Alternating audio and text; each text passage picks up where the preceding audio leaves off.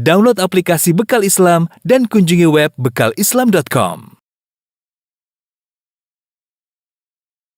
La ilaha illallah wahdahu la syarika lahu ta'ziman li sya'ni wa asyhadu anna Muhammadan abduhu wa rasuluhu ila ridwani. Allahumma shalli alaihi wa ala alihi wa ashabihi wa ikhwani. Hadirin dan hadirat yang dirahmati Allah Subhanahu wa taala, alhamdulillah puji dan syukur kita panjatkan kepada Allah atas segala limpahan karunia. Salawat dan salam semoga tercurahkan selalu kepada junjungan kita Nabi Muhammad SAW, juga kepada keluarganya serta seluruh sahabat beliau tanpa terkecuali. Kita melanjutkan pembahasan kita tentang As-Sirah An-Nabawiyah. Nah, sekarang kita akan bahas bagaimana gangguan kaum musyrikin Quraisy terhadap dakwah Nabi SAW. Secara umum, kaum Quraisy tidak hanya menolak dakwah Nabi SAW, namun mereka juga mencoba melakukan perlawanan. Ada dua metode yang mereka tempuh, yaitu pertama metode gangguan secara fisik, secara jasad, dan yang kedua metode gangguan secara psikologi atau mental. Adapun Nabi SAW, maka beliau di awal-awal dakwah diganggu secara mental, secara psikologi beliau karena keberadaan paman beliau Abu Thalib yang masih hidup. Nanti Abu Thalib meninggal dunia, baru kemudian Nabi SAW diganggu secara fisik. Adapun secara mental, maka Nabi dituduh dengan tuduhan yang luar biasa. Berbagai macam gelar ditempelkan kepada Nabi SAW. Ini adalah perkara yang sangat berat bagi Nabi SAW. Di antaranya Nabi SAW diberi gelar dengan Majnun, orang gila. Kata Allah Subhanahu wa taala, "Lamma sami'u dzikra wa yaquluna innahu lamajnun." Tatkala mereka mendengar Al-Qur'an, sungguh mereka berkata, "Innahu lamajnun." Muhammad itu sungguh-sungguh benar-benar gila. Mereka tidak hanya mengatakan majnun begitu saja, gila, tapi mereka mengatakan innahu lamajnun. Seakan-akan mereka berkata, "Demi Allah, sungguh-sungguh Muhammad itu adalah benar-benar gila." Selain itu mereka juga menuduh Nabi SAW dengan pendongeng. Mereka mengatakan apa yang dibacakan oleh Muhammad dalam Al-Quran itu hanyalah dongeng-dongeng orang-orang terdahulu, bukan dari Allah Subhanahu wa taala. Mereka berkata, wa qalu asatirul awwalina katabaha fahiya tumla alaihi bukratan wa asila. Mereka berkata itu hanyalah dongeng-dongeng orang-orang terdahulu yang dicatat oleh Muhammad, didiktekan kepadanya pagi dan petang. Disusun oleh Muhammad, ada yang mendiktekan kepada Muhammad. Oleh karena mereka menuduh tentang kisah-kisah Nabi itu hanyalah dongeng-dongeng diambil oleh Nabi dari orang-orang terdahulu. Mereka tidak mengakui Al-Quran adalah firman Allah Subhanahu wa taala. Mereka juga berkata bahwasanya Muhammad adalah penyihir. Wa qala al-kafiruna hadza sahirun kadzdzab. Sungguhnya orang-orang kafir berkata, Muhammad ini adalah penyihir dan pendusta. Di antara perkataan mereka bahwasanya sihir itu fungsinya adalah untuk memutuskan dua orang yang saling mencintai. Sungguh Muhammad telah menyihir orang-orang Quraisy sehingga di antara mereka ada yang terpisah antara ayah dan anaknya, antara kakak dan adiknya, antara suami dan istrinya. Jadi Muhammad benar-benar penyihir. Padahal terpisahkan gara-gara yang satunya masuk Islam, yang satunya bertahan dalam kesyirikan. Jadi mereka menuduh Muhammad adalah penyihir.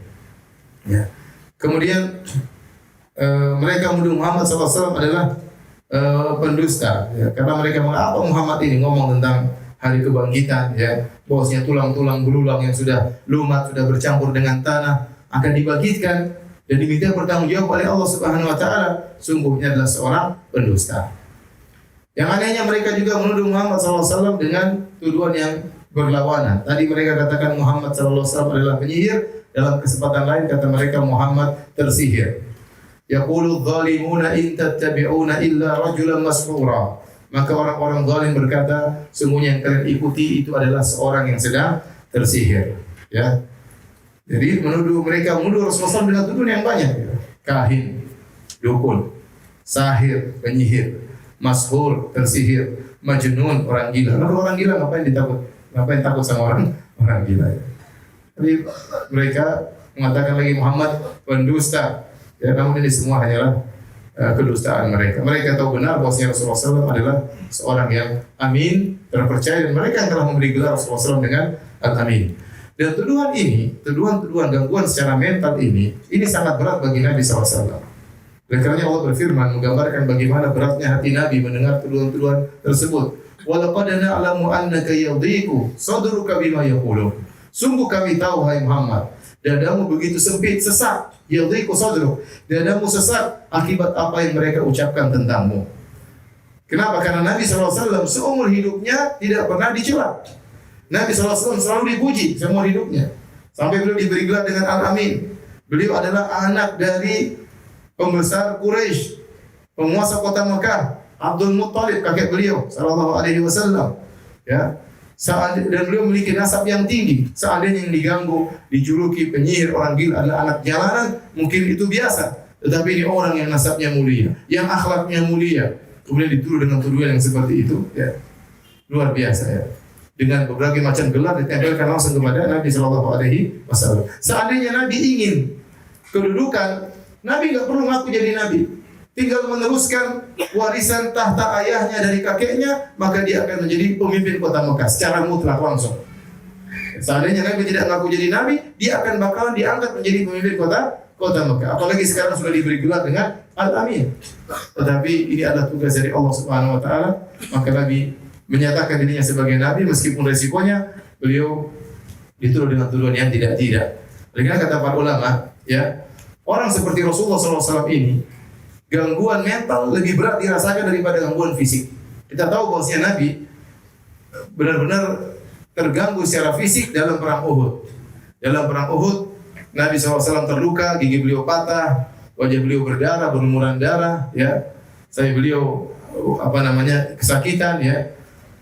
Tetapi ada yang lebih berat bagi Nabi daripada yang beliau alami tatkala di perang Uhud.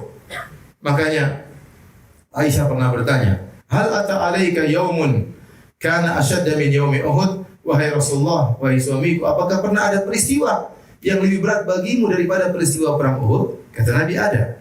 Nabi kemudian bercerita, "Laqad laqitu min qaumiki ma laqitu wa kana asyadda ma laqitu minhum yaumal aqabah." Yang paling berat aku dapati gangguan dari kaummu, yaitu tatkala aku bertemu kepada pembesar-pembesar kota Taif di hari Aqabah. Id aradtu nafsi ala ibni abdin Yalail bin Abdi Kilal falam yujib ila ma aradtu. Tatkala aku menawarkan Islam kepada Ibnu Abdin Yalail, yaitu pemimpin kota Taif, agar mereka masuk Islam, namun mereka tidak terima. Fantalaqtu wa ana mahmum ala wajhi. Saya pun keluar dari kota Taif dalam kondisi sangat sedih. Falam astafiq illa wa ana biqarni tha'alib. Begitu sedihnya aku tidak sadar sambil berjalan, tiba-tiba aku sadar ternyata aku sudah berada di satu tempat namanya Qarnu Tha'alib. Farafa'tu ra'si. Aku pun mengangkat kepalaku, fa idza ana bi sahabatin qad adhallatni. Tiba-tiba ada awan yang menaungiku.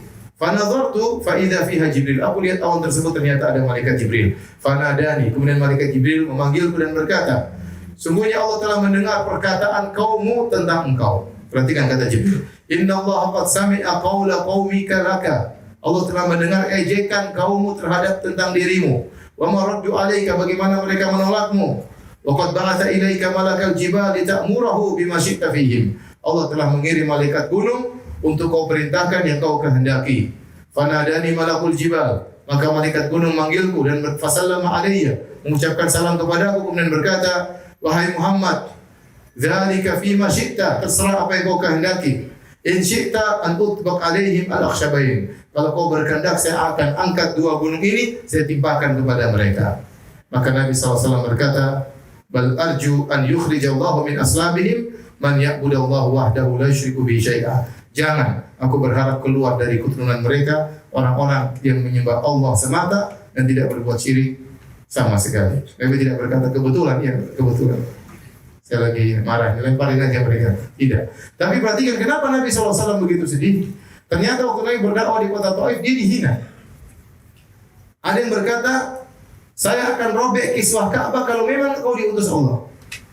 Kalau kau ini Nabi, saya akan robek kiswah Ka'bah."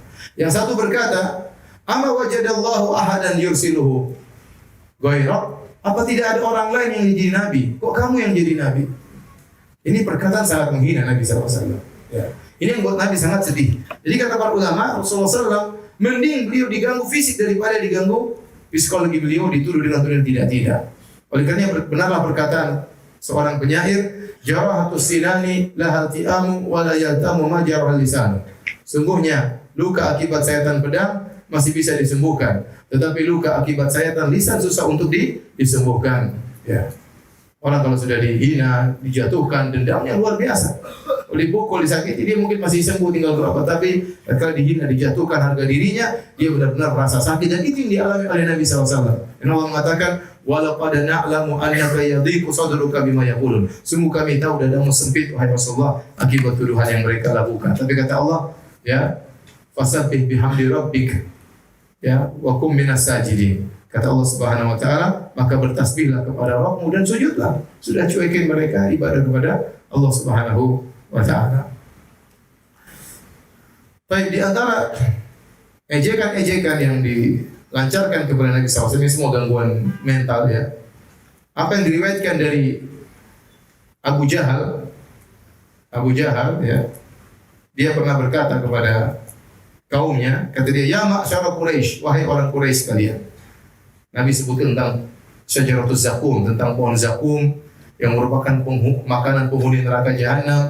Ya, ini didengar oleh Abu Jahal. Abu Jahal ingin ngejek tentang pohon zakum. Kata dia, wahai orang-orang Quraisy sekalian, hal tadruna ma syajaratuz zakum allati yukhawifukum biha Muhammad? Tahukah kalian apa itu pohon zakum yang Muhammad nakut-nakuti kalian dengan pohon tersebut? Qalu la, kata orang Quraisy, enggak, kami enggak tahu, enggak pernah dengar apa itu pohon zakum. Apa kata Abu Jahal? Ajwatu Yathrib bizubat. Itu korma ajwa. Wallahi la istamkanna minha la nazkumannaha tazakuman. Kata Abu Jahal, dia bersumpah demi Allah. Bayangkan dia bersumpah demi apa? Demi Allah. Abu Jahal kenal Allah, makanya dia sering bersumpah dengan demi Allah. Demi Allah, kalau kita dapati pohon zakum, kita akan makan sebanyak-banyaknya. Nanti doanya dikabulkan oleh Allah Subhanahu wa taala. Maka Allah turunkan firman-Nya, inna syajarataz zakum ta'amul adim. Sungguhnya pohon zakum adalah makanan bagi pendosa. Kal muhli yaghli fil butun, kaghalil hamim, yang sangat minyak yang sangat panas mendidih dalam tubuh sebagaimana mendidihnya air yang panas. Maka dalam sebagian riwayat kata Nabi sallallahu alaihi wasallam, "Lau anna qatratan minaz zakum qatarat ala ahli al-ard la afsadat alaihim ma'aishahum." Seandainya ada setetes dari buah zakum, getahnya jatuh ke atas muka bumi, maka akan merusak seluruh kehidupan penghuni bumi. Saya sering sampaikan, ibarat kalau ada seorang memiliki rumah yang mewah, kemudian peralatan di rumah yang sangat mewah, makanan enak, semuanya lezat, tapi di situ ada bangkai tikus yang tidak hilang. Sehingga dia hidup susah, tidur susah, makan nggak enak, semuanya nggak enak, ada bau yang tidak enak. Nah, kalau ada setetes dari getah zakum turun ke atas muka bumi, seluruh penduduk bumi akan rusak kehidupan mereka. Bagaimana lagi? Fa kaifa man laisa lahum ta'amun illa zakum? Bagaimana orang yang makanannya cuma pohon zakum? Demikian juga Abu Lahab, pamannya Nabi, dan istrinya Ummu Jamil, tantenya Nabi, juga tidak kalah dalam mengganggu Nabi sallallahu alaihi wasallam. Dalam satu hadis dari Jundub bin Sufyan radhiyallahu anhu, beliau berkata, "Ishtaka Rasulullah sallallahu alaihi wasallam falam yakum lailataini aw thalathan." Suatu hari Rasulullah SAW sakit. Rasulullah SAW tidak sholat malam 2 hari atau 3 hari. Fajat imra'atun, maka datang seorang wanita, itu dari Quraisy, itu istrinya Abu Lahab. Faqalat ya Muhammad, dia berkata, ya Muhammad, inilah arju an yakuna syaitanuka qataraka. Wahai Muhammad, saya berharap setanmu sudah meninggalkan engkau. Allah tidak datang kepadamu, atau Jibrilmu tidak datang kepadamu. Dia menamakan setan. Dinamakan setan, yang kasih wahyu dinamakan setan. Lam arahu qarabaka mundu lailataini aw thalatha. Saya lihat setanmu tidak datang mendekatimu sejak 2 atau 3 hari. Fa anzalallahu azza wa jalla wadduha wal laili idza saja ma wadda'aka rabbuka wa ma qala. Demi malam, ya, dan demi duha dan demi malam tatkala sudah sunyi senyap, sungguhnya Rabbmu tidak meninggalkanmu dan tidak membencimu. Jadi seharusnya bibi, harusnya tante dan om mendukung perjuangan dakwah Nabi SAW, tapi ternyata om dan tantenya malah menghina Nabi SAW. Demikian juga turun firman Allah tentang istrinya Abu Lahab. Wa mar'atuhu hammalatal hatab. Istrinya Abu Lahab yang memikul kayu bakar. Disebutkan dalam buku-buku tafsir, apa maksudnya istrinya Abu Lahab membawa kayu bakar? Ada yang mengatakan dia keluar di malam hari Kemudian dia bawa tali, fi jidiha hablum min masad, dia gantungkan tali di lehernya, dia pergi cari ranting-ranting kayu, dia pikul. Dan ini bukan pekerjaan perempuan sebenarnya, tapi dia lakukan karena saking bencinya kepada Muhammad. Maka dia cari kayu-kayu berduri, dia pikul dengan susahnya, kemudian dia taruh di jalan yang akan dilewati oleh Muhammad. Ini salah satu tafsiran. Tafsiran kedua, dia membawa kayu bakar, maksudnya dia bakalan masuk neraka jahanam. Dan dalam neraka dia akan bawa kayu bakar untuk ikut membakar suaminya, Abu Lahab. Dan ini adalah siksaan yang paling pedih kepada Abu Lahab. Tatkala dia masuk neraka bersama orang yang dia cintai, istrinya, dan istrinya ikut membakar dia. Ya. Jadi keluarga Abu Lahab ini keluarganya brengsek semua. Bapaknya brengsek, istrinya brengsek, anak-anaknya juga kurang ajar semuanya. Ya. Top nih apa namanya? Demikian juga anaknya, namanya Utbah atau Utaibah, sama. Sebelum dia pergi ke negeri Syam berdagang, dia datang dulu, sempatkan diri untuk maki-maki Muhammad. Ente gini. Baru dia pergi. Sempat-sempatin diri untuk maki-maki Muhammad. Biasanya Nabi Muhammad SAW tidak mendoakan dia. Tahu-tahu waktu dia lagi maki-maki Muhammad, Rasulullah SAW berdoa, Allahumma sallit alaihi kalban min kilabik. Ya Allah, kirimkanlah binatang buas kepadanya. Tumben-tumben yang Muhammad berdoa, dia ketakutan. Akhirnya berangkatlah dia menuju ke negeri Syam. Di tengah perjalanan dia ketakutan. Kata temannya, ada apa? Ini kenapa? Ya, saya takut dengan doanya Muhammad. Jangan khawatir, tidak akan ada binatang buas mendatangimu, kami akan menjagamu. Akhirnya mereka menginap suatu tempat atau singgah suatu tempat. Kemudian teman-temannya kemudian menaungi dia, mengepung dia. Jangan sampai ada hewan yang datang. Tiba-tiba datang singa, kemudian menerjang, ngambil dia, gigit dia, kemudian dibawa pergi.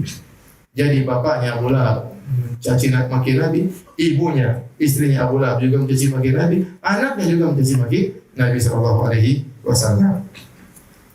Ini di antara cercaan mereka kepada Rasulullah SAW. Demikian juga Abu Jahal pernah sesumbar sambil menantang. Ia berkata, wahai Muhammad, kalau agamamu itu benar dari Allah, turunkanlah hujan batu. Yang benar turunkan hujan batu, kita siap dihujani dengan batu. Maka Allah turunkan firman-Nya, wa idz qalu Allahumma in kana hadza huwal haqqu min 'indik fa amtir 'alaina hijaratan minas sama'. Mereka berdoa, ya Allah.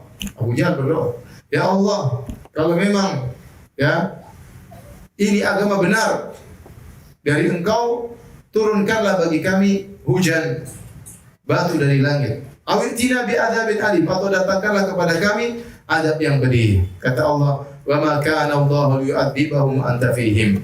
Allah tidak akan mengadab mereka sementara engkau berada di tengah-tengah mereka. Baik, hadirin dan hadirat yang dirahmati Allah Subhanahu wa taala.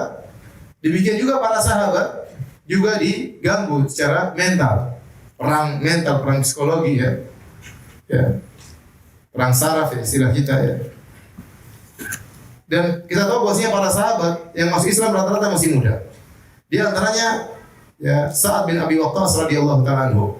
Waktu dia masih Islam umurnya masih 20 tahun, masih sangat muda. Maka orang-orang menghasut ibunya agar ibunya memerintahkan Sa'ad bin Abi Waqqas untuk kembali murtad. Akhirnya ibunya datang kepada Sa'ad bin Abi Waqqas, kemudian merayu Sa'ad bin Abi Waqqas radhiyallahu anhu agar kembali murtad. Kalau dia tidak kembali kepada agama nenek moyangnya, maka ibunya tidak mau makan. Dia punya ide mogok makan dan mogok minum. Tidak mau makan dan tidak mau minum. Akhirnya ibunya tidak makan, tidak minum berhari-hari, sehingga tubuhnya lemas dan hampir meninggal dunia. Ya. Sa'ad bin Abi Waqqas berkata, turun kepada aku 4 ayat. Kanat ummi halafat alla ta'kul wa la tashrab hatta ufariqa Muhammadan. Ibuku bersumpah tidak mau makan, tidak mau minum sampai aku tinggalkan Muhammad. Maka Allah turunkan firman-Nya, wa in jahadaka ala an tusyrika bi ma laysa laka bi ilmun fala tuti'huma wa sahibuhuma fid dunya ma'rufa. Jika kedua orang tuamu memaksamu untuk berbuat syirik kepadaku yang kau tidak punya ilmu tentangnya, maka jangan taat kepada mereka berdua, tapi pergaulilah mereka berdua dengan cara yang baik. Dalam riwayat yang lain, Sa'ad bin Abi Waqqas berkata, kuntu rajulan barran bi ummi. Aku adalah seorang anak yang sangat berbakti kepada ibuku. Tatkala aku masuk Islam, ibuku berkata, wahai Sa'ad, apa ini agama baru yang kau bawa-bawa? La tada'anna dinak hadha aw la akul wa la ashrab hatta amut. Tinggalkanlah ajaran barumu ini. Kalau tidak, aku tidak akan makan dan aku tidak akan minum sampai aku mati. Fatu'ayyaru bi. Akhirnya kalau saya mati, orang-orang akan mencercamu. Tuh saat bunuh ibunya. Gara-gara tidak nurut sama ibunya sampai ibunya mati. Orang-orang akan berkata, ya qatila ummihi. Orang-orang akan manggilmu dengan berkata, wahai pembunuh ibunya. Ibunya ini bikin jengkel. Kalau tidak saya mati, kalau saya mati kau akan dicela sama orang-orang kampung ya. Fakultu la taf'ali ya ummah. Aku berkata, jangan kau lakukan wahai ibunda. Fa inilah ada udini hada li syai'. Aku tidak akan meninggalkan agamaku karena apapun. Fa makasat yauman wa lailatan lam ta'kul. Satu hari satu malam ibunya tidak makan. Fa asbahat qad jahidat, maka di pagi hari benar-benar dia dalam kondisi lemah. Fa makasat yauman akhar wa lailatan ukhra la ta'kul. Hari kedua tidak makan lagi, tidak minum lagi. Fa asbahat qad ishtadda jahduha. Dan benar-benar hari kedua, masuk hari ketiga, benar-benar dia dalam kondisi sangat lemah. Falamma ra'aitu dzalik, tatkala aku melihat kondisinya yang sangat menyedihkan, fakultu, aku datang menghampirinya. Mungkin ibunya menyangka, ya sudah, saat sudah luluh hatinya. Ternyata apa kata Sa'd bin Waqqas? Ya ummah, wahai ibunda, ta'lamin, wallahi law kanat laki mi'atu nafsin, fa kharajat nafsan, ma taraktu dini hada li syai'. Wahai ibunda, kalau kau punya 100 nyawa, sekarang kau mati, hidup lagi, mati lagi, hidup lagi, mati lagi, sampai 100 kali, saya tidak akan meninggalkan agamaku ini. Fa in syi'ta fakuli, kalau kau mau silakan makan. Wa in syi'ta la takuli, kalau tidak mau ya sudah enggak usah makan. Akhirnya ibunya makan. Perang saraf antara ibu dengan anak. Ini berat, tapi diuji. Ya. Padahal saat sangat sayang kepada ibunya, sangat berbakti kepada ibunya. Demikian juga bukan hanya dialami oleh Sa'd bin Abi Waqqas, Mus'ab bin Umair radhiyallahu ta'ala anhu. Kata Al-Waqidi, "Kana Mus'ab bin Umair fata Makkah, syababan wa jamalan, wa kana abawahu yuhibbanihi." Sungguhnya Mus'ab bin Umair adalah seorang pemuda yang ganteng, yang indah, ya. Kemudian kaya raya. Kedua orang tuanya sangat mencintainya. Wa kanat ummuhu taksuhu ahsana ma yakun min athiyab. Ibunya belikan dia pakaian yang terindah. Wa kana a'tar ahli Makkah. Satu kota Mekah ini yang paling parfumnya wangi Mus'ab bin Umair. Padahal orang-orang wangi-wangi, tapi yang paling wangi siapa? Mus'ab bin Umair. Dari kaya raya. Yalbasul hadramiyya minan ni'al. Bahkan sendalnya import dari Yaman, dari Hadrami, dari Hadramaut. Jika ia berjalan maka parfumnya akan tercium dari jarak sekian dan sekian. Namun akhirnya Mus'ab bin Umair pun masuk Islam. Tatkala dia masuk Islam ketahuan sama ibunya, dan ibunya pun dihasut untuk melarangnya untuk masuk Islam, untuk melarang anaknya masuk Islam. Akhirnya ibunya menyuruh Mus'ab untuk murtad, tapi Mus'ab tidak mau. Ini berat ya, bagaimana berlawan dengan ibu sendiri. Akhirnya ibunya memutuskan segala subsidi yang selama ini diberikan kepada Mus'ab. Sudah tidak diberikan baju lagi, tidak dikasih uang makan lagi, tidak diberikan minyak wangi lagi, tidak diberikan sendal import lagi. Tapi Mus'ab masih muda, namanya muda, ingin jalan-jalan, ingin senang-senang. Tapi tatkala iman sudah masuk dalam hati Mus'ab bin Umair, semua itu dia tinggalkan. Dia tinggalkan. Ya. Sampai-sampai disebutkan Mus'ab bin Umair setelah masuk Islam, setelah diputus subsidinya oleh orang tuanya, maka kondisinya sangat berubah. Ya, tadinya kulitnya sangat halus, dari jauh sangat harum. Sekarang kulitnya sekarang sudah biasa halus. Tatkala tidak ada kekayaan lagi, kulitnya mulai bersisik seperti sisik ular. Ya. Sampai-sampai Nabi dalam riwayat kalau melihat Mus'ab, Nabi menangis. Dalam riwayat dari Ali bin Abi Thalib dia berkata, "Inna la julusun ma'a Rasulillah sallallahu alaihi wasallam fil masjid." Suatu hari kami sedang duduk di masjid bersama Nabi. Masjid Haram. Iftala'a Mus'ab ibn Umair ma alaihi illa burdatun lahu marqu'atun bi farwin. Maka tiba-tiba muncul Mus'ab bin Umair. Ya, Mus'ab bin Umair, dan dia tidak memakai kecuali hanya sebilah kain. Yang kain tersebut marqu'atun bi farwin, ditambal-tambal dengan kulit. Tadinya bajunya luar biasa, sekarang baju tambalan-tambalan. Falamma ra'ahu Rasulullah sallallahu alaihi wasallam baka. Tatkala Nabi melihat Mus'ab bin Umair dengan kondisi demikian, beliau pun menangis. Lilladzi kana fihi minan ni'mah walladzi huwa al-yawm fihi. Tatkala Nabi membandingkan bagaimana dulu Mus'ab bin Umair dibandingkan dengan beliau sekarang. Tapi Mus'ab bin Umair cuek ya. Mentalnya kuat. Kaya dulu tiba-tiba miskin dan dia cuek aja. Dia merasa nikmat dengan iman yang dia miliki. Meskipun penampilannya berubah total, drastis, 180 derajat. Tadinya berpakaian mewah, sangat harum, sekarang pakainya tambal-tambal. Ya. Sedang mungkin sedang juga tambal-tambal, tapi dia berjalan dengan tenang, ya karena ada iman dalam hatinya. Hadirin dan hadirat yang dirahmati Allah Subhanahu wa taala. Mereka bukan hanya mengganggu Nabi, bahkan mereka juga mengganggu keluarga Nabi SAW. Ini sudah kita singgung pada pertemuan-pertemuan sebelumnya. Tatkala mereka terganggu dengan dakwah Nabi, maka orang Quraisy bikin makar. Kata mereka, waktu itu anak Nabi Zainab, Ummu Kulthum dan Ruqayyah sudah menikah. Zainab menikah dengan Abul As bin Rabi. Ruqayyah dan Ummu Kulthum menikah dengan putra-putranya Abu Lahab, menikah dengan sepupu-sepupunya. Ya, menikah dengan putra-putranya Abu Lahab, dengan sepupunya Nabi SAW. Kemudian tatkala orang-orang kafir Quraisy terganggu dengan Nabi SAW, maka mereka mengatakan, ganggu Muhammad, buat dia sedih, suruh ceraikan putri-putrinya agar dia tersibukkan mengurus putri-putrinya. Akhirnya mereka datang kepada putra-putra Abu Lahab, ditawarkan harta, ceraikan putri-putri Muhammad. Kalau kalian menceraikan putri-putri Muhammad, kau minta nikah dengan siapa? Kami akan berikan.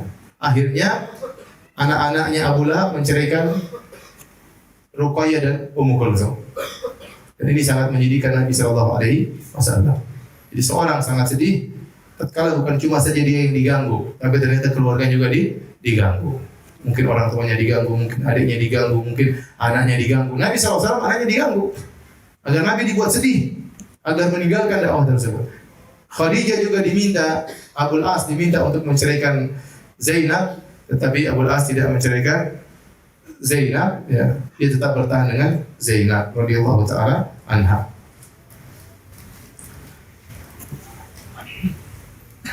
Mereka juga datang kepada Nabi sallallahu alaihi wasallam dengan minta agar Nabi sallallahu alaihi wasallam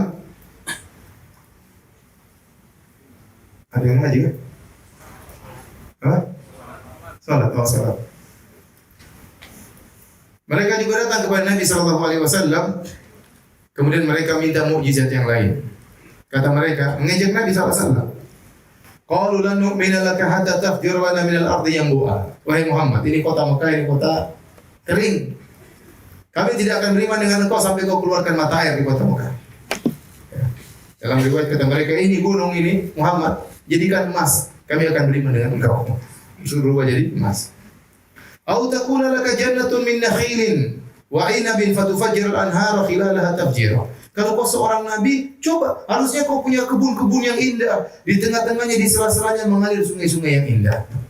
Kau enggak punya apa Muhammad. Bagaimana kau jadi nabi? Autus kita sama agama za'amta alaina kisafa. Atau langit ini kau jatuhkan suruh timpakan kami. Au ta'tiya billahi wal malaikati qabila. Kalau kau memang nabi, suruh Allah dan malaikat datang hadapan dengan kami. Dan kami diskusi sama malaikat. Au yakuna laka baitun min zukhrufin aw tarqa fis sama. Atau kau punya rumah yang mewah, rumahmu biasa-biasa saja. Masa Nabi punya rumah seperti ini? Aw tarqa fis sama wa lan nu'mina liruqiyika hatta tunazzila alaina kitaban naqra. Atau kami ingin lihat kau naik di atas langit, sampai di langit kau bawa turun Alkitab, kemudian kau bacakan kepada kami. Apa kata Nabi? Qul subhana rabbi hal kuntu illa basyaran rasula. Maha suci Tuhanku, aku ini hanyalah seorang manusia, seorang rasul, tapi aku hanya manusia biasa. Bagaimana mau menciptakan ini, menciptakan anu naik ke langit? Ya. Jadi mereka mengejek. Dan Allah berfirman, walau fatahna alaihim baban minas sama'i la dhallu fihi ya'rujun la qalu inna masukirat absaruna bal nahnu qaumun mas'urun. Kata Allah, seandainya kami bukakan bagi mereka pintu langit, lantas mereka naik ke langit, mereka tidak bakalan beriman, kata Allah. Mereka bakalan berkata, sungguhnya mata kita telah disihir. Dan demikian orang-orang musyrikin. Lihat, Fir'aun waktu nantang Musa. Musa sudah mengalahkan semua orang. Fir'aun hanya mengatakan, sahirun, ini seorang penyihir yang pandai. Demikian juga waktu kaum Nabi Saleh. Mereka mengatakan, wahai Saleh, kalau kau seorang Nabi, tolong keluarkan dari batu itu, keluarkan onta, ciri-cirinya begini, sudah mengandung 9 bulan atau berapa bulan ya.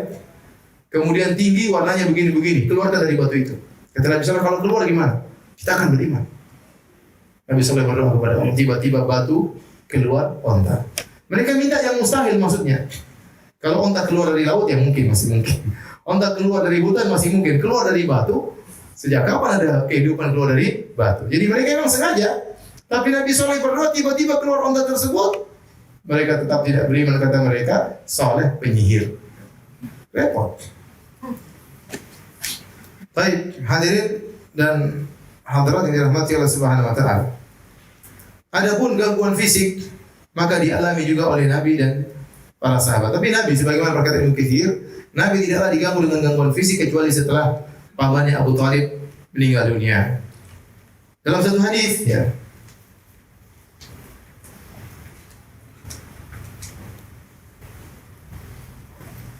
mereka ganggu Nabi sallallahu alaihi wasallam dengan banyak gangguan ya. Kalau Nabi sedang sholat mereka ganggu. Di antaranya Ibnu Mas'ud menceritakan, suatu hari Nabi SAW sholat di Ka'bah. Wa Abu Jahal wa ashabul lahu julusun. Dan Abu Jahal dan teman-temannya lagi nongkrong di Masjidil Haram. Jadi memang Abu Jahal dan teman-temannya tempat nongkrongnya di mana? Di Masjidil Haram. Idz qala ba'dhum li ba'dhin, tiba-tiba mereka saling ngomong di antara mereka. Ayyukum yaji'u bisala jazuri bani fulan. Fayadhu ala dhahri Muhammadin idza sajada. Siapa di antara kalian yang mau mengambil kotoran isi perut onta dari milik si fulan, diambil bawa sini, Muhammad lagi sujud, taruh di atas Muhammad. Fan ba'atha ashqal qaum, maka bangkitlah orang yang paling celaka di antara mereka. Kata saya yang akan berangkat. Dialah Uqbah bin Abi Mu'ayyid. Uqbah bin Abi Mu'ayyid. Ya. Faja'a bihi, maka dia pun pergi ke tempat kotoran tersebut. Dia datang, mungkin taruh di ember atau di mana. Fanadhara, maka mereka pun menunggu hatta sajada Nabi. Nabi sedang sholat dan mereka tahu Nabi sholat lama. Mereka nunggu. Waktu Nabi sedang sujud, maka dia pun datang. Wada'a ala dhahri baina katifai. Kemudian diletakkan itu kotoran semua di antara dua pundak Nabi, ditumpahkan ke pundak Nabi sallallahu alaihi wasallam. Wa ana anzuru la ughni syai'an. Kata Ibnu Mas'ud, aku hanya lihat, aku tidak bisa melakukan apa. Ibnu Mas'ud ini kabilahnya kecil. Ya. Jadi dia tidak punya kabilah yang kuat, dia tidak bisa nolong Rasulullah SAW, apalagi badannya kurus. Dia lihat Nabi diganggu, namun dia cuma lihat saja, tidak bisa apa-apa. Wa Rasulullah SAW sajidun la yarfa'u ra'sahu, dan Nabi tetap tidak bergeming sujud, tidak mengangkat kepalanya. Hatta ja'at Fatimah, sampai ada yang kabarkan kepada Fatimah, wahai Fatimah, bapakmu diganggu oleh Abu Jahal dan teman-temannya. Maka Fatimah pun datang keluar dari rumahnya. Fatarahat an dhahrihi, kemudian dia bersihkan kotoran dari pundak bapaknya. Kemudian Fatimah masih kecil. Bagaimana sedihnya Nabi lihat putrinya, lihat bapaknya diganggu di hadapan umum. Ya, dan bapaknya tidak bisa berbuat apa-apa. Sementara Fatimah yang masih kecil melihat kondisi demikian. Bagaimana mental gangguan pada Fatimah dan apa kesedihan yang dirasakan oleh Nabi sallallahu alaihi wasallam. Tsumma aqbalat alaihim tasjumuhum. Setelah dia bersihkan kotoran dari pundak bapaknya, Fatimah masih kecil, Fatimah kemudian menghadap Abu Jahal, dimaki-maki Abu Jahal. Wes mau berkelahi enggak bisa. Perempuan kecil. Ya. Farafa Rasulullah SAW ra'sahu. Setelah dibersihkan oleh putrinya, bayangkan Nabi datang putrinya. Ini semua pemandangan yang menyedihkan. Dibersihkan oleh putrinya, kemudian Nabi angkat kepalanya. Setelah bersih, Nabi angkat kepalanya. Setelah Nabi angkat kepalanya, kemudian Nabi berdoa dengan doa yang didengar oleh mereka. Kata Nabi, Allahumma alaika bi Quraisy, ya Allah hancurkan Quraisy. Salah marah, 3 kali. Allahumma alaika bi Quraisy, ya Allah hancurkan Quraisy. Ya Allah hancurkan orang-orang Quraisy. Fasyaqa dzalika alaihim idda'a alaihim. Waktu Abu Jahal dan teman-temannya dengar Muhammad berdoa, mereka ketakutan. Waduh, Muhammad doa. Orang soleh berdoa depan Ka'bah lagi. Mereka mengagungkan Ka'bah. Ya, wa kanu yarawna anna da'wa fi dzalikal balad mustajabatun. Mereka tahu doa di tanah suci dikabulkan. Mereka tahu. Setelah itu bukan cuma sampai di situ Nabi berdoa. Tsumma samma. Kemudian Nabi menyebut nama satu persatu. Kata Nabi, Allahumma alaika bi Abi Jahal. Ya Allah binasakanlah Abu Jahal. Abu Jahal dengar. Wa alaika bi Utbah bin Rabi'ah. Ya Allah binasakan Utbah bin Rabi'ah. Wa Syaibah bin Rabi'ah. Binasakan Syaibah bin Rabi'ah. Binasakan Al-Walid bin Utbah, wa Umayyah bin Khalaf, wa Uqbah bin Abi Mu'ayyid. Sampai Rasulullah sebutkan 7 orang yang sedang di situ. Ya.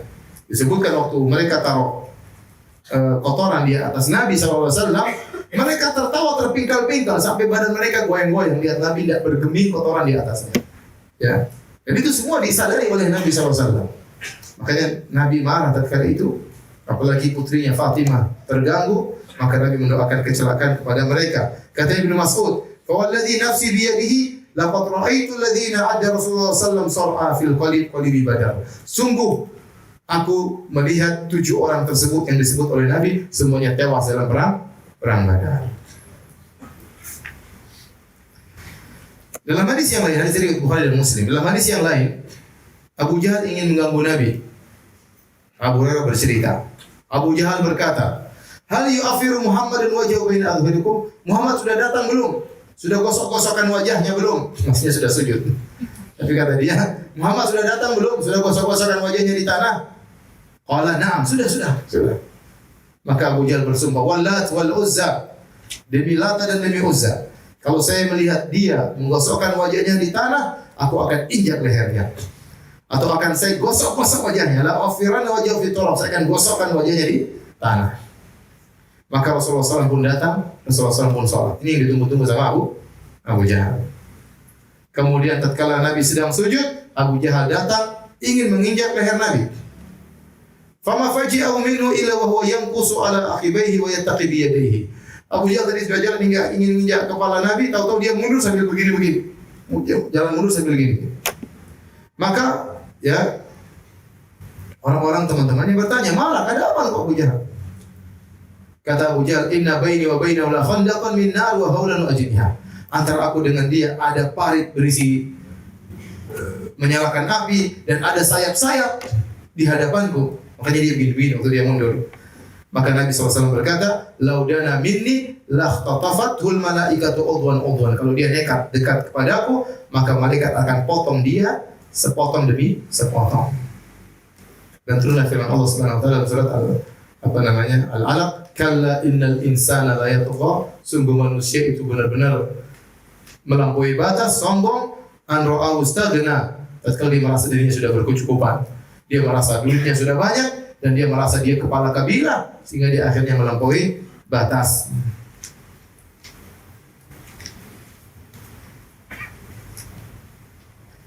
Dalam hadis yang lain, Imam Al-Bukhari juga meriwayatkan dari Urwah bin Zubair, dia berkata, "Aku bertanya kepada Abdullah bin Amr bin As, an asyaddi ma sana'a al-musyrikuna bi Rasulillah."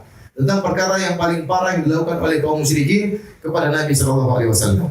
Kata dia, Abdul Bas berkata, "Ra'aitu Uqbah bin Abi Mu'ayyid ja'a ila Nabi sallallahu alaihi wasallam wa huwa yusalli."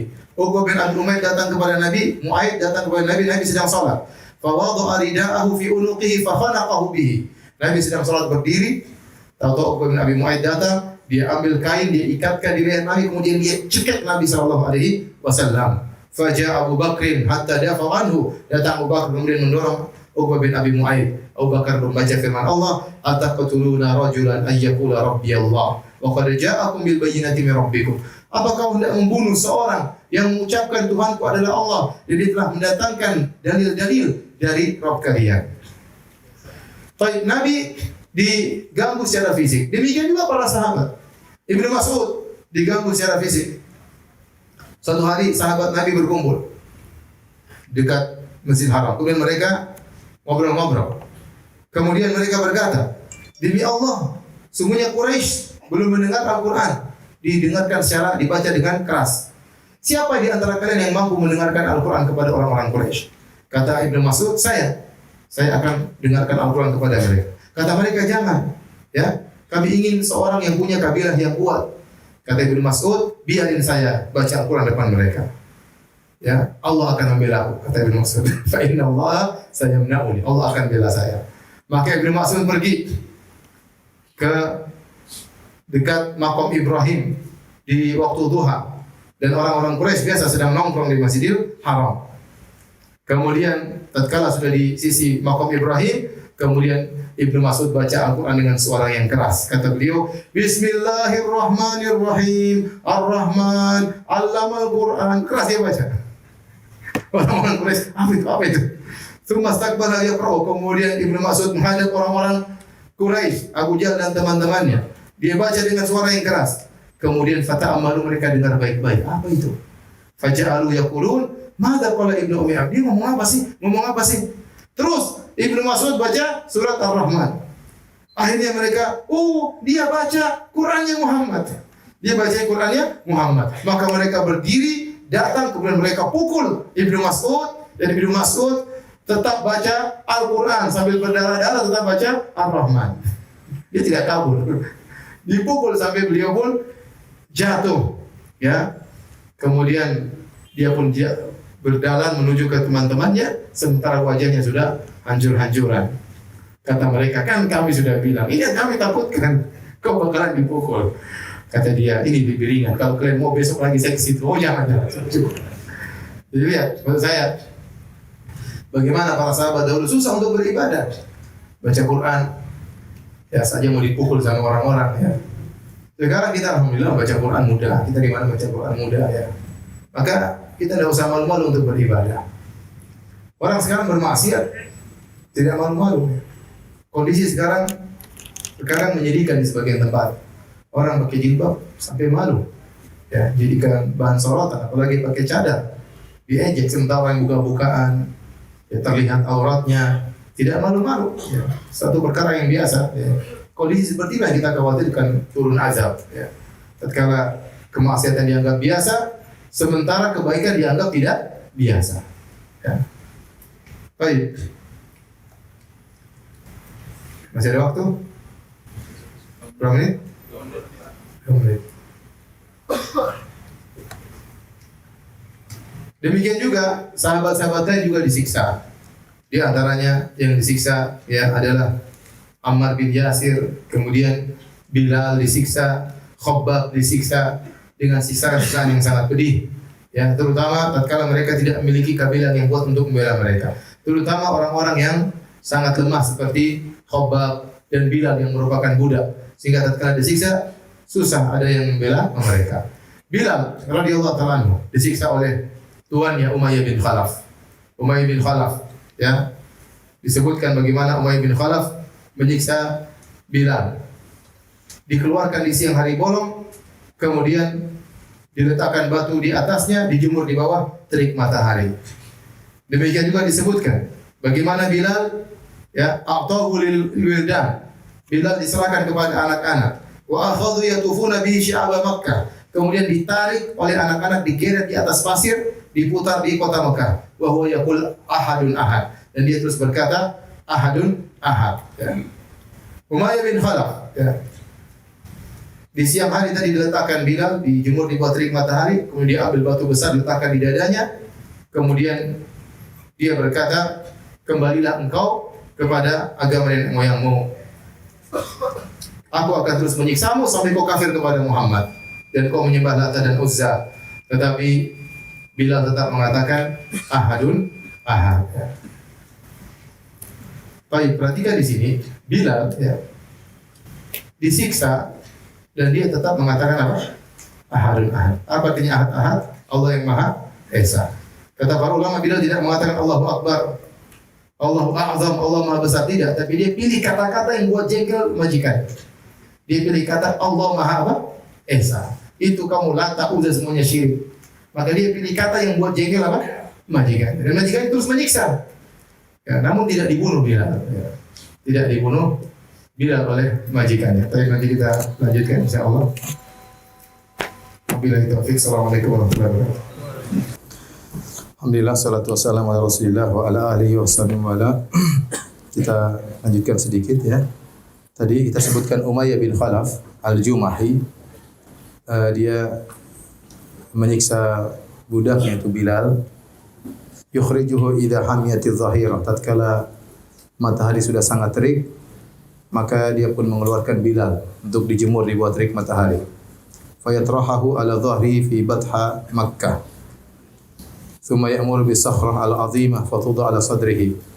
Kemudian diletakkanlah dijemur di Batha di tengah-tengah kota Mekah. Kemudian dia merintahkan untuk mengambil batu yang sangat besar untuk diletakkan di atas dadanya. Kemudian dia berkata, la wallahi la tazalu hakada hatta tamut atau takfur bi Muhammad.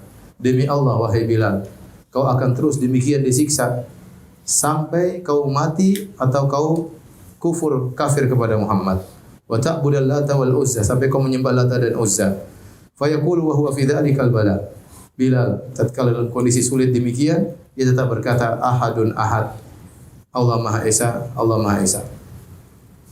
Sampai akhirnya disebut dalam sebagian riwayat Nabi berkata kepada Abu Bakar, Nabi sudah tidak punya uang untuk membebaskan Bilal. Ya Abu Bakar, inna Bilalan yu'adzibu fillah. Wahai Abu Bakar, sungguhnya Bilal sedang disiksa, dan dia disiksa karena dia membela Allah Subhanahu wa taala. Maka Abu Bakar faham, dan Nabi ingin Abu Bakar menolong Bilal. Hatta marra bihi Abu Bakar As-Siddiq, sampai akhirnya Abu Bakar As-Siddiq sedang melewati Bilal sementara Bilal sedang disiksa. Dan kebetulan rumah Abu Bakar dekat dengan kompleksnya Umayyah bin Khalaf dari kabilah Jumah. Ya, maka Abu Bakar berkata kepada Umayyah bin Khalaf, majikannya Bilal, "Ala tattaqillaha fi hadzal miskin?" Tidakkah kau takut kepada Allah? Kau siksa orang miskin ini. Hatta mata, sampai kapan kau siksa dia? Qala anta alladhi afsadtahu fa anqidhhu mimma tara. Kau yang telah merusaknya wahai Abu Bakar. Kau telah merusak budakku. Kalau memang kau ingin ya selamatkan dia. Kata Abu Bakar, "Afal, saya akan selamatkan dia. Indi gulamun aswad ajlad minhu aqwa." Saya punya budak yang hitam dan lebih kuat daripada Bilal. Ala dinik, dan dia berada di atas agama engkau, sama-sama musyrik seperti kau. U'tikahu bihi, saya akan berikan budak itu gantinya dengan Bilal. Qad qabiltu, maka Umayyah bin Khalaf berkata, saya terima. Huwa laka, ambillah Bilal. Maka ini Abu Bakar mengambil Bilal dan bebaskan Bilal dari Umayyah bin Khalaf. Sebagian orang berkata, kenapa Bilal tidak dibunuh saja oleh Umayyah bin Khalaf? Tiap hari disiksa, dikeluarkan di bawah terik matahari. Ya. Sebagian orang mengatakan mereka sedang perang. Perang apa? Perang mental, perang saraf. Ya. Umayyah bin Khalaf ingin Bilal kalah dengan dia. Kalau dia bunuh Bilal, selesai, berarti dipaksa untuk kalah. Maka dia terus siksa sampai Bilal akhirnya tunduk kepada Umayyah bin Khalaf. Ya. Namun ternyata Bilal tidak tunduk-tunduk. Makanya Umayyah bin Khalaf senang begitu Abu Bakar memilih Bilal. Maka Bilal pun akan lepas dari dia. Dan tidak terlihat di hadapan masyarakat dia kalah dalam pertempuran apa? Pertempuran mental dengan Bilal. Ya. Sebenarnya dia kalah, cuma alhamdulillah Abu Bakar membebaskan Bilal. Demikian juga sahabat yang disiksa seperti Ammar bin Yasir. Ammar bin Yasir keluarganya dibunuh. Yasir dibunuh, ibunya Sumayyah juga dibunuh. Datang Abu Jahal kemudian mengambil khirbah semacam tombak lalu menusukkan khirbah ke kemaluan Sumayyah sehingga adalah wanita pertama yang mati syahid dalam Islam. Sementara Nabi SAW lewat, Nabi tidak bisa menolong. Nabi hanya berkata, "Abshiru ala Ammar wa ala Yasir fa inna mau'idakumul jannah." Bergembiralah wahai keluarga Yasir, keluarga Ammar. Dalam riwayat yang lain, "Sabran, bersabarlah kalian. Sungguhnya Allah menjanjikan surga bagi kalian." Baik. Demikian juga Khabbab bin Arad, ya. Dia disiksa dengan siksaan yang luar biasa. Ya. Suatu hari Khabbab datang kepada Umar. Kemudian Umar berkata, "Udunu, dekatlah wahai Khabbab." Setelah di kemudian hari, ya, setelah Islam tersebar. Fama ahadun ahqqu bi hadzal majlis minka illa Ammar. Tidak ada yang berhak untuk duduk di sini daripada engkau kecuali Ammar. Faja'ala Khabbabun yurihi atharan bi dhahri mimma adzabul musyrikun. Maka Khabbab menunjukkan kepada Umar bagaimana bekas luka yang ada di pundaknya karena siksaan orang-orang musyrikin. Disebutkan, ya, Khabbab bersabar. Kemudian dia disiksa oleh orang kafir dan dia tidak nurut kepada orang-orang kafir. Faja'alu yulziquna dhahrahu birrasf hatta dhahaba lahmu matnihi. Maka mereka siksa Khabbab gimana? Batu dibakar, sudah ditempelkan di pundaknya Khabbab sampai dagingnya lepas. Itu cara mereka menyiksa Khabbab. Semuanya itu mereka lakukan hanya karena mereka Islam. Kata Allah, "Ma naqamu minhum illa an yu'minu billahil azizil hamid." Tidaklah mereka disiksa kecuali cuma satu, bukan gara-gara apa-apa. Tapi cuma gara-gara mereka beriman kepada Allah Subhanahu wa taala. Dan demikian yang terjadi di banyak negeri. Kita lihat orang-orang Islam disiksa, tidak ada salah mereka. Mereka dibunuh, mereka dibantai. Hanya karena apa? Hanya karena mereka menyembah Allah, hanya karena mereka mentauhidkan Allah Subhanahu wa taala. Tapi demikian saja para hadirin dan hadirat yang Allah Subhanahu wa taala kajian kita. Insyaallah kita lanjutkan pada kesempatan yang lain. Kalau ada yang bertanya, kami persilakan.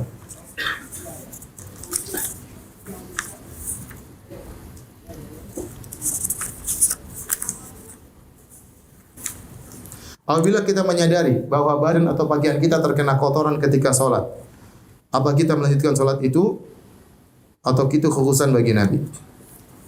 Jadi Nabi SAW sholat, di tengah-tengah sholat Jibril datang menyampaikan kepada Nabi bahwasanya di khuf Anda ada najis. Nabi sholat pakai khuf karena dulu pasir, ya. Nabi bahkan mengatakan sallu ala khifafikum. Sholatlah pakai khuf, pakai sepatu kalian. Jadi para sahabat dulu sholat pakai sendal karena masjidnya dari pasir. Kalau sekarang ya nggak mungkin karena dari apa? Karpet. Jangan cari masalah sama DKM ya. Kemudian Nabi SAW tatkala di tengah-tengah sholat atau Jibril datang kasih wahyu bahwasanya khuf Anda ada najisnya, maka Nabi pun melepaskan khufnya. Tatkala Nabi melepaskan khuf, para sahabat semuanya lihat, semuanya juga lepaskan khufnya. Maka setelah itu Nabi jelaskan, kenapa kalian lepaskan khuf? Kami lihat Anda melepaskan khuf Anda. Kata Nabi, saya lepaskan khuf karena apa? Karena ada najis. Di sini para ulama mengambil istinbat hukum bahwasanya kalau ada najis di pakaian maka harus dibersihkan tatkala sedang sholat. Makanya Nabi lepaskan khufnya karena langsung bersambung dengan tubuhnya. Maka khufnya dilepas agar sholatnya sah. Tetapi para ulama juga mengambil istinbat dari sini, mengambil hukum kalau ada orang sholat dan bajunya ternajisi dan dia tidak sadar maka dimaafkan. Karena Nabi 2 rakaat pertama dia tidak tahu kalau ada najis. Setelah itu baru kemudian dia sadar, baru kemudian dia lepaskan khufnya. Jadi kalau ada orang dia sholat, selesai sholat, assalamualaikum warahmatullahi wabarakatuh, dia lihat, ternyata bekas kencing anakku. Nggak apa-apa, sholatnya sah. Karena dia ingatnya setelah sholat selesai. Tapi kalau dia ingat di tengah-tengah sholat, ternyata dia tasyahud pertama, apa ini basah-basah? Ini ternyata bekas kencing anaknya najis. Maka dia harus lepas bajunya tatkala itu. Dia harus lepas bajunya tatkala itu. Ya, selama auratnya tidak terbuka. Kalau ternyata dilepas baju mengakibatkan auratnya terbuka, maka dia batalkan sholatnya. Ya. Ustaz, di usia 28 tahun ini saya baru mengetahui saya punya ibu kandung yang non muslim. Bagaimana cara bakti saya terhadapnya? Tetapi saya dalam keadaan asing terhadapnya. Karena yang saya tahu ibu kandung saya selama ini adalah ibu yang merawat saya sejak kecil. Bagaimanapun ya berbakti kepada orang tua mencakup orang tua yang muslim maupun non muslim. Tadi kata Allah Subhanahu wa taala, "Wa in jahadaka 'ala an tusyrika bi ma laysa laka bi ilm." Kalau kedua orang tuamu yang musyrik, bukan cuma musyrik, bahkan maksa kamu untuk syirik, fala tuti'huma, jangan taat kepada mereka berdua. Tapi kata Allah, wa sahibuhuma fid dunya ma'rufa. Namun pergaulilah mereka dengan cara yang baik. Dan di antara bentuk bakti yang paling besar kepada kedua orang tua adalah memberikan hidayah kepada mereka dengan menjelaskan Islam kepada mereka. Jadi meskipun orang tua dalam kondisi non muslim tetap wajib berbakti. Ada waktu datangi, ngobrol dengan dia karena itu orang tua itu. Mahram. Orang tua ngobrol, pijit-pijit kakinya dan berusaha untuk dekat. Bagaimanapun kita pernah dalam perutnya selama 9 bulan. Bagaimanapun dia pernah muntah-muntah dulu waktu kita dalam perutnya. Bagaimanapun dia pernah sakit pinggangnya, sakit belakangnya, ya. Kita tahu dari istri kita kalau mengandung kayak apa rasa sakitnya. Bagaimanapun dia pernah bertarung maut tatkala melahirkan kita antara hidup dan mati. Meskipun dia kafir, justru saatnya dia sangat butuh dengan bimbingan antum. Maka datangilah, kemudian kenal lebih dekat. Saatnya kalau sudah dekat mulai didakwahi sedikit demi sedikit. Kalau kita punya kelebihan harta berikan kepada orang tua tersebut meskipun dia non muslim. Ustaz bertanya di luar tema. Saat ini sedang viral di media sosial mengenai pembakaran kalimat tauhid oleh ormas. Mohon penjelasannya mengenai masalah ini. Saya sempat lihat, saya dikirim sama kawan tentang pembakaran tersebut. Saya dikirim videonya hari Selasa kemarin. Kemarin ya Selasa ya. Kejadiannya hari apa? Hari Minggu. Intinya saya lihat hari Selasa, saya lihat videonya memang sangat menyedihkan. Videonya ada bendera La ilaha illallah Muhammad Rasulullah, kemudian dipegang, kemudian dibakar, kemudian orang-orang berputar sambil nyanyi tertentu. Setelah itu mereka mengatakan datangkan bendera Indonesia. Baru kemudian Indonesia diputar-putar di atasnya. Kesannya seakan-akan bendera Indonesia berkibar, bendera ini dibuang. Seakannya seperti itu. Kemudian ada yang mengatakan, oh maksudnya untuk memuliakan la ilaha illallah karena terjatuh atau bagaimana. Kalau memuliakan, ambil ikat baru dikibarkan. Kalau ingin memuliakan, ya. Atau disimpan dengan baik. Kalau ingin memuliakan. Adapun kemudian dikibarkan, dibakar, kemudian mengibarkan bendera Indonesia, seakan-akan nasionalisme bertentangan dengan Islam. Seakan-akan itu yang tergambarkan dari video sekilas yang kita lihat dan akhirnya membuat banyak kaum muslimin marah. Banyak kaum muslimin apa? Marah. Tentunya kita tidak menuduh saudara-saudara kita tersebut anti la ilaha illallah, tentunya tidak. Mereka punya maksud lain. Tetapi saya katakan pemandangan seperti itu sangat buruk. Sangat buruk dan sangat jelek. Seakan-akan bendera tauhid harus jatuh, kemudian bendera merah putih harus naik, seakan-akan nasionalisme bertentangan dengan apa? Dengan Islam. Padahal kita tahu Indonesia ini jadi negara gara-gara takbirlah Allahu Akbar. Pejuang-pejuangnya orang Islam menyelamatkan Indonesia dari penjajahan dengan apa? Dengan takbir. Tidak ada pertentangan antara nasional dengan apa? Nasionalis dengan Islam. Justru Indonesia menjadi merdeka gara-gara pejuangnya Islam rata-rata orang Islam dan menang dengan takbir. Mengusir penjajah yang notabene-nya non muslim. Kemudian kalau kita bicara secara hukum ya, mungkin mereka ingin mengkritik suatu kelompok tertentu yang memiliki lambang ini. Kita katakan kalau ada suatu kelompok tertentu yang menurut kita salah, ya, karena memang ada yang memanfaatkan bendera ini dengan tujuan yang salah. Contoh seperti ISIS pakai bendera ini juga, ya. Bukan berarti orang yang pakai bendera ini lantas kemudian dia di atas apa? Kebenaran. Ya. Jadi, kalaupun ada satu kelompok yang lain yang menurut kita salah, kita ingin kritik, maka kritikilah kelompoknya. Bukan kita menjatuhkan simbol Islamnya. Saya kasih contoh, misalnya, ada wanita bercadar, kemudian ngebom dan terjadi. Apa kemudian kita maki-maki cadar, kita maki-maki jilbab, kita bakar jilbab di hadapan orang-orang? Ya, tentunya tidak. Simbol Islam tidak boleh dijatuhkan. Yang salah orangnya. Yang salah orangnya, bukan jilbabnya. Ya. Kalau ada orang misalnya ternyata melakukan terorisme, mengebom sana sini, ternyata dia suka ke masjid. Jangan kemudian menghina orang yang suka ke masjid, karena ke masjid itu simbol dari Islam. Bagaimanapun tidak boleh bendera itu dihina atau dijatuhkan atau seperti itu, karena bertuliskan la ilaha illallah Muhammadar Rasul, sesuatu yang paling tinggi dalam kehidupan kita. Ya, sesuatu yang paling berharga dalam kehidupan kita. Bagaimana kemudian dibakar seperti itu?